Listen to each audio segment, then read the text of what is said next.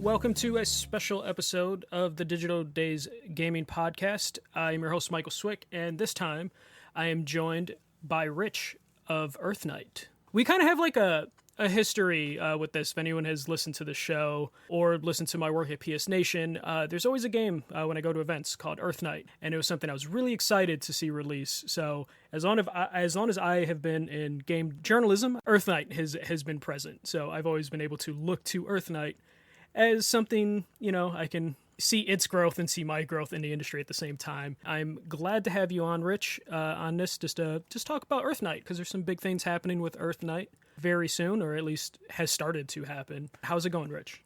It's going good. A pleasure to be here. Thanks for having me. It's funny that you feel like your game journey was alongside us. I guess, did you enter journalism around 2012? Is that when you started? 2013 is when I actually started to go to events. But my first E3, I believe, I saw EarthNight.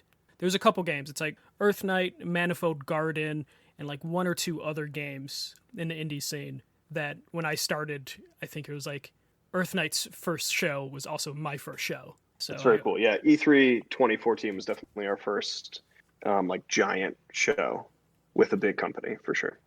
Yeah, that I believe that was my first one. I might have been at 2013, but my E3 2013, I didn't really do too much stuff, especially on like the journalist side, the influencer side or whatever. It's very nerve-wracking going place to place, but 2014 was like the first year I was like confident enough to just like, all right, let me book my own appointments, let me go run around and tire myself out. Again, it's EarthNight and Manifold Garden are two games that I feel like I had seen at shows and got to see them grow over time, which is like a really cool experience. It's really fun and beautiful. Me and Will have become close friends over those years as well. Will being the lead developer on Manifold Garden, so it's a fun connection. Yeah, especially Will is a Chicago guy, so I would always see him at the Chicago events over here with Manifold Garden. For those that don't know, people might not be familiar, because I think the last time I interviewed you was for PS Nation, not for Digital Days Game. What is EarthNight? I'm sure by now you have like a really good elevator pitch for what EarthNight is. EarthNight is a illustrated platformer runner game about the dragon apocalypse. Pretty basic controls to learn, but take a lifetime to master, and it presents an epic challenge. It's roguelike in nature, in that when you die, you start at the beginning, although we have, I guess, loosened up on that in the latest 3.0 update. We've added a way to start from the different worlds after you've unlocked the power-ups from the previous world. So I guess we're no longer as tough as nails on that. That's always been the cool thing with seeing the game as often as I have, is just seeing like it evolve, new things being added. The reason we're having you on specifically this time is EarthNight is hitting 3.0. It's already 3.0 on Apple Arcade, correct? Yes, 3.0 came out on Apple Arcade a couple of weeks ago, I guess.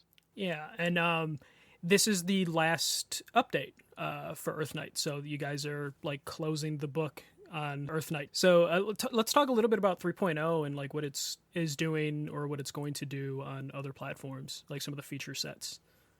Yeah, for sure. So I guess I'll start just by saying 3.0 is out on Apple Arcade. It'll be out on Steam, we hope, this week, and then coming to Switch and PlayStation 4 and 5 definitely before the end of the year. With 3.0, we really asked ourselves, okay, this is the final update. This is a project that has occupied about a decade of my life. And we really asked ourselves, if this is the last update and we're sending her off, what do we have to do? What would be the coolest things we could possibly do? And so the two hallmark features, which are really something we've always dreamed of, and I'm really proud of us, I think we implemented them better than we even thought we could, is a companion mode where EarthNight stars two characters, Stanley and Sydney, and you always pick between them. In companion mode, the other character joins you while you're playing the game as an AI-controlled companion. And we had originally thought of something like Sonic and Tails and keeping it pretty basic, but we ended up getting really deep into the AI control, and the companion will really help you and kind of like show you how you could be better and make you feel like you're out there with somebody. And that kind of ties into the other hallmark feature, which is two-player local co-op. At any time, you can connect a controller and jump in the action as the other player and simultaneously play 2-player, which is just this, feature we kind of always dreamed of, as EarthNight was all about Stanley and Sydney. I guess the next biggest feature is the in-ship altimeter. Like I was kind of saying, EarthNight has always been, since its inception, a roguelike in that every time you die, you start again at the beginning. And now we've kind of softened that. Once you unlock the power-ups from the previous layer of the atmosphere, which is done by killing one of each type of that dragon or buying them, you have access in the ship to start in the next world. And so now I think it really makes it a lot more accessible for players, probably a lot less frustrating. We're really excited about that. We added playable tutorials. EarthNight, it was always purposely designed to be a little bit obtuse, and you'd have to kind of get over this little hump of figuring out how to play. And I don't know, over the years, as we've watched people play it, I've kind of changed my design mentality. And, I just feel like having frustration when learning, it's not necessary. And so we have finally put in playable tutorials for both characters. And that includes a new Pinata Head Dragon sequence with a new Chippergrit song. It's a pretty cool song. We, at request of Apple, but we think it's really cool. I was kind of like hesitant to do this. I don't even know why. We did a holiday-themed lobby. So now, depending on the date of the year, in October, when you come into EarthNight, it's all Halloween-themed. In December, it's Christmas-themed. And from New Year's until January, it's New Year's-themed. And Paul, the artist, really did an amazing job. A bunch of quality of life improvements, the biggest which is probably that leaves, which bring you back to life in EarthNight, now stack. So you collect multiple leaves and then use them. And in what is probably the biggest change to the difficulty of the game we've made since we shipped, there is now a leaf at the start of the final world EarthNight every time, no matter how it lays out. And if you take the leaves to the end, if you beat the game still with leaves, they're each worth 1,000 liters of water. So there's definitely a reward for, like, can you still beat the game without using any of them? And then I guess just like minor improvements, fixes, some other things. But I'd say those are the big hallmark features of 3.0. So the deciding to do this final update, what motivated the team to just put this all together? Because it sounds like from what you're saying, it's a combination of just stuff you learned from watching players, getting some features that you just kind of always wanted to. Some developers, they release their game, maybe some minor bug patches, but like this seems like a big content update. Is it just this is the way you want to like send off EarthNight? What was like some of the motivation behind doing all this? Because this is a lot of stuff. Oh my god, yeah. This is definitely a way bigger update than we did for 2.0. So it's funny thinking back to E3 2019 when we talked, I figured at that point that there was no way we would be making any more content updates for EarthNight. Maybe bug fixes, and minor tweaks, but nothing like this. Part of our Apple Arcade deal was non-minor content updates for the summer of 2020 and of 2021. So this was fulfilling our contract to Apple, and they produced them. They funded the studio to do these updates, which were to launch first on Apple Arcade, but since we're working in Unity and everything's pretty universal, we'll also obviously be putting it out on all the other platforms. Yeah, let's talk just a little bit, just because EarthNight is one of those cases that you guys as a development team have been able to witness the evolution of like the indie scene, or not even an evolution, just like the guard change. Because like when you guys originally changing of the guards for sure. Yeah, because when you guys started, the indie scene was kind of going from like Xbox as the place for indie, with like the Summer of Arcade, to PlayStation being the place for indies, and then now as we talked a little bit before recording, but like then Apple joined it, and now Nintendo is like the place for indies. Let's just talk just a little bit about just that from the developers' side. What's it like seeing like the platforms constantly changing and evolving, and how that could affect your guys' focus or plans? I mean, it was honestly just a crazy journey, right? We were inspired by those original Xbox Live games, Braid and Fez and Meat Boy. And then by the time we had a demo that we were showing publicly, it was Sony who was out there looking for indie games. We showed a very early demo of EarthNight at IndieCade East, at like a 2-hour show and tell slot, and then I gave like a 5-minute presentation in front of a crowd of maybe 100 people. I thought it went pretty poorly, but then a week later we got an email from Sony saying, "Hey, do you want to be a PlayStation game?" And that kind of changed the whole trajectory of the game, whole trajectory of development, and sent us to that. Ended up with us at that first E3, and then we largely had our heads down, just working as hard as we could to ship on PlayStation for years and years as the industry kind of shifted beneath our feet. And when we came up for air, the landscape was really different, right? PlayStation no longer cared about indies at all. Nintendo Switch had become the platform where indies were doing well. Well, in the prior generation, in 2015, 2014, Switch didn't even have indies on Wii U. Or, maybe they did, but it was, tiny, right? Yeah, Nintendo didn't have the track record with the Wii U or the Wii to be like the home of indies. They definitely had indies, but they weren't the first place you would think to release a game on. Right, and Wii U wasn't doing like enough sales for it to make sense at that point. And when we came up for air, Epic was signing big checks to indies. Xbox with like XBLA was signing big checks for indies, and Apple Arcade was looking for indies.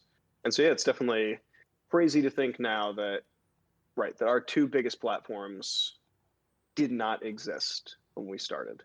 And I know it's just taught me that, like, we're starting on a new game that's going to be on a screen with a controller, but I have no idea, what the landscape is going to be in 3 or 4 or 5 years. And so we're just really keeping an open mind of, when we're ready with our digital product, we'll kind of go out and see what's happening.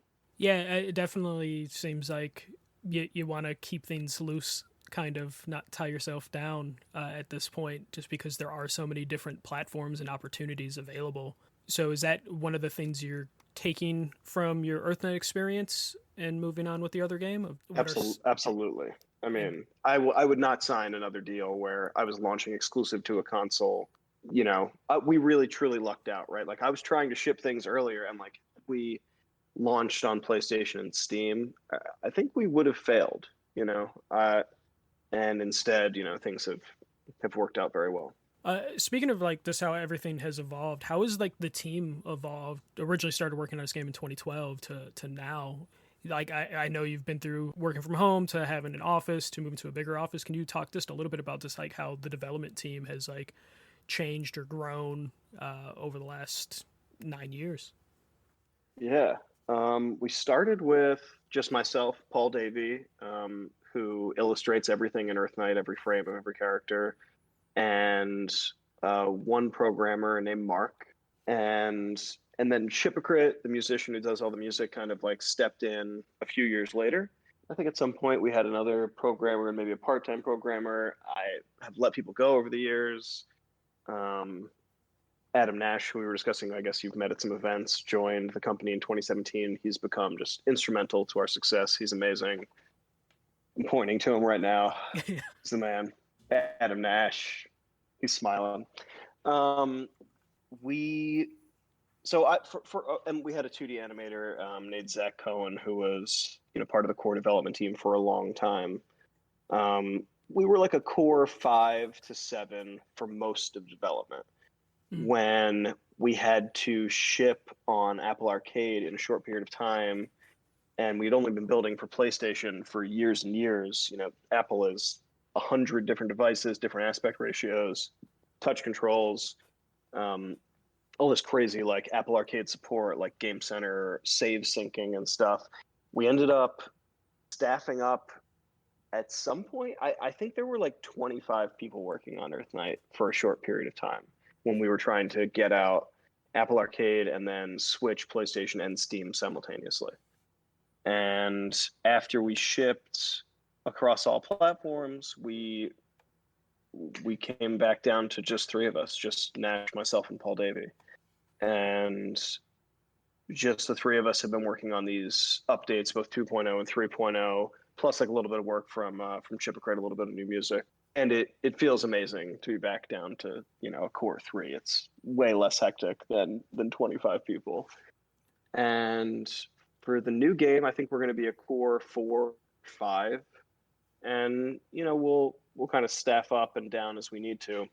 It was a really important lesson that we really didn't know early on in EarthNight development. But there's all these, we used to call them porting houses, but they prefer to be called specialty houses. Where it's just companies who will work on games. Usually there's a platform of choice. So like we were looking for Unity developers, where they'll kind of step in for a few months and you pay them, and they kind of either do specific tasks on your way to getting out on a platform, or just like help you with whatever.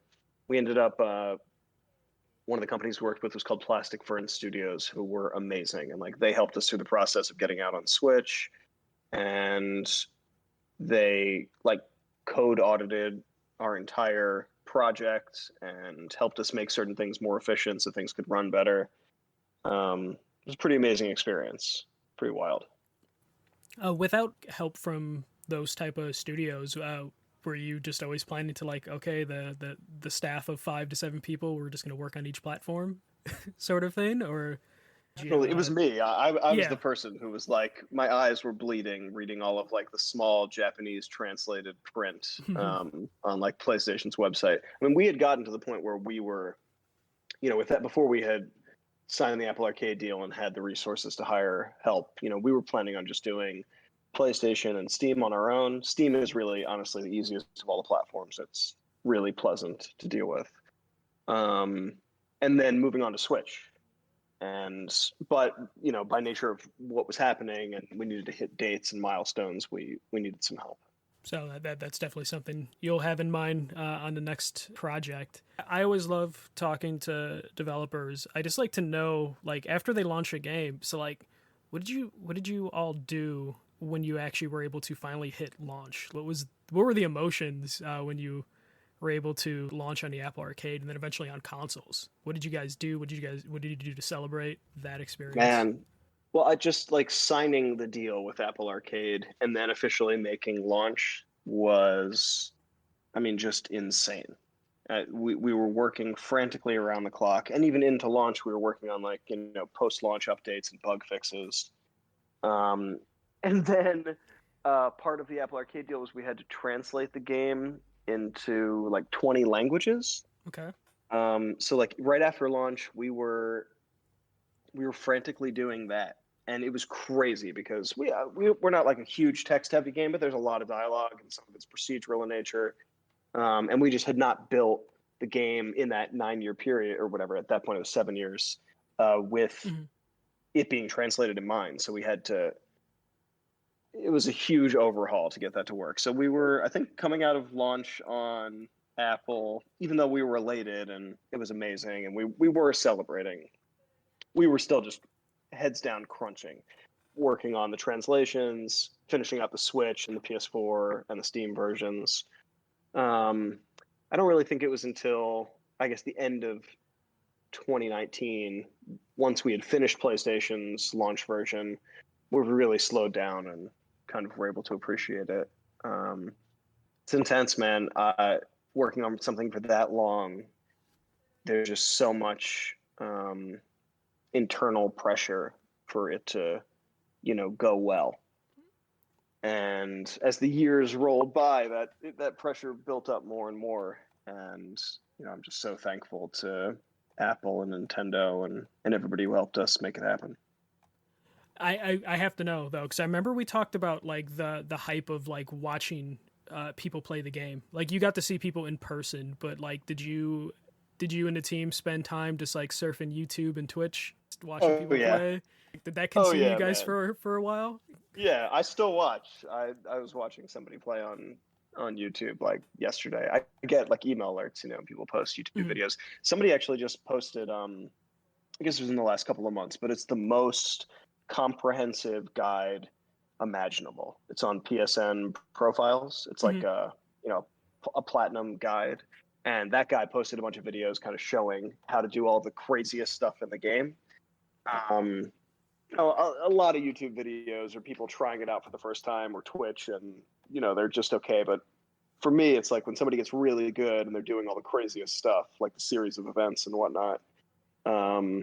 It's emotional, to anybody who has put in the serious amount of hours to like platinum the game on PlayStation. It's a really hard ask.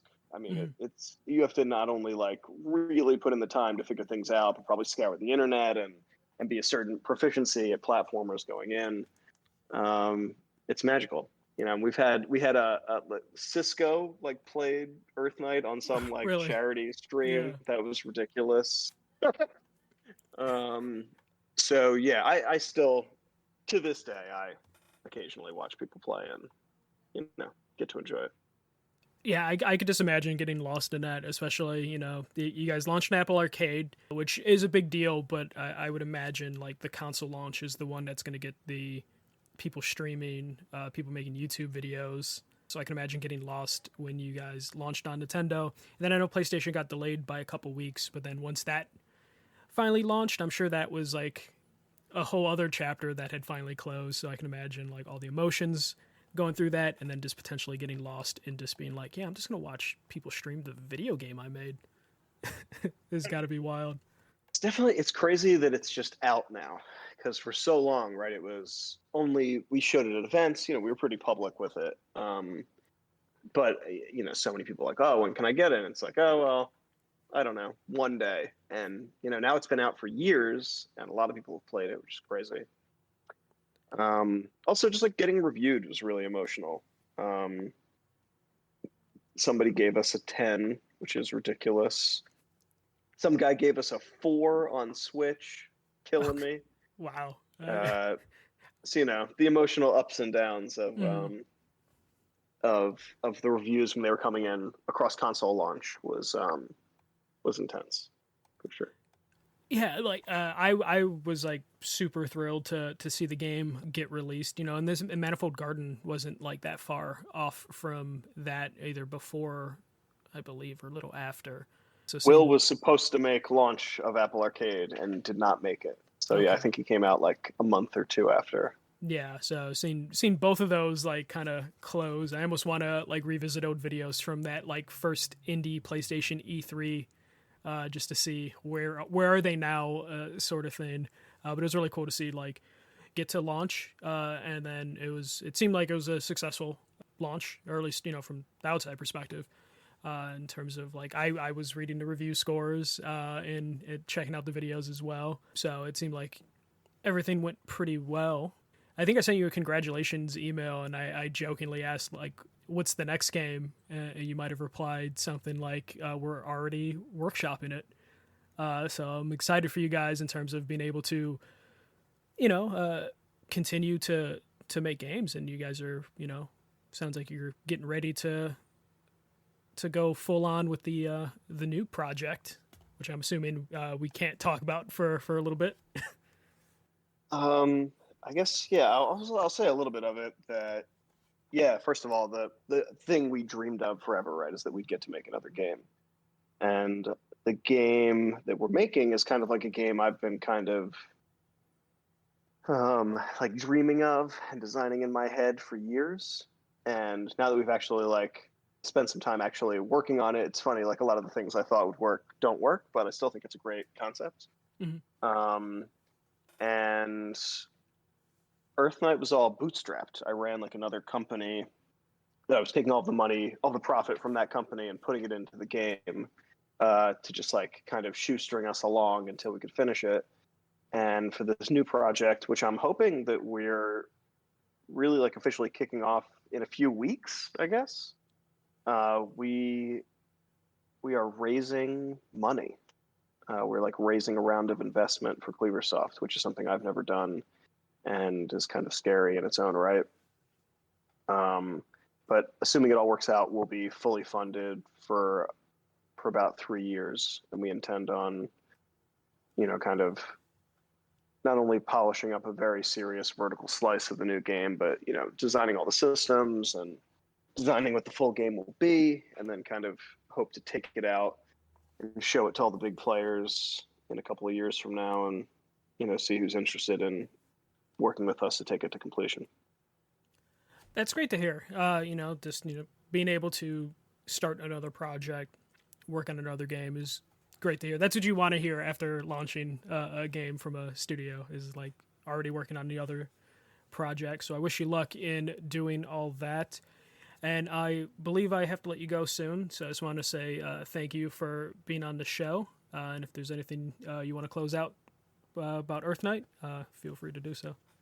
Closing words. Yeah, Mike, thanks for having me, man. It's always been a pleasure, getting to catch up with you, and your excitement for indie games and your enthusiasm for EarthNight has always been so appreciated. And it matters, for devs to be at these events and have people who kind of come back and care. It means a lot. I don't know. In closing, it's been a wild journey. I kind of can't believe it was not a straight line. It was like a crazy zigzag, and I feel just like really lucky that we get to be here at the end of all things, working on a new game. It's really exciting. Yeah, it's great to hear, man. That is going to do it for this episode. We will catch you guys next time.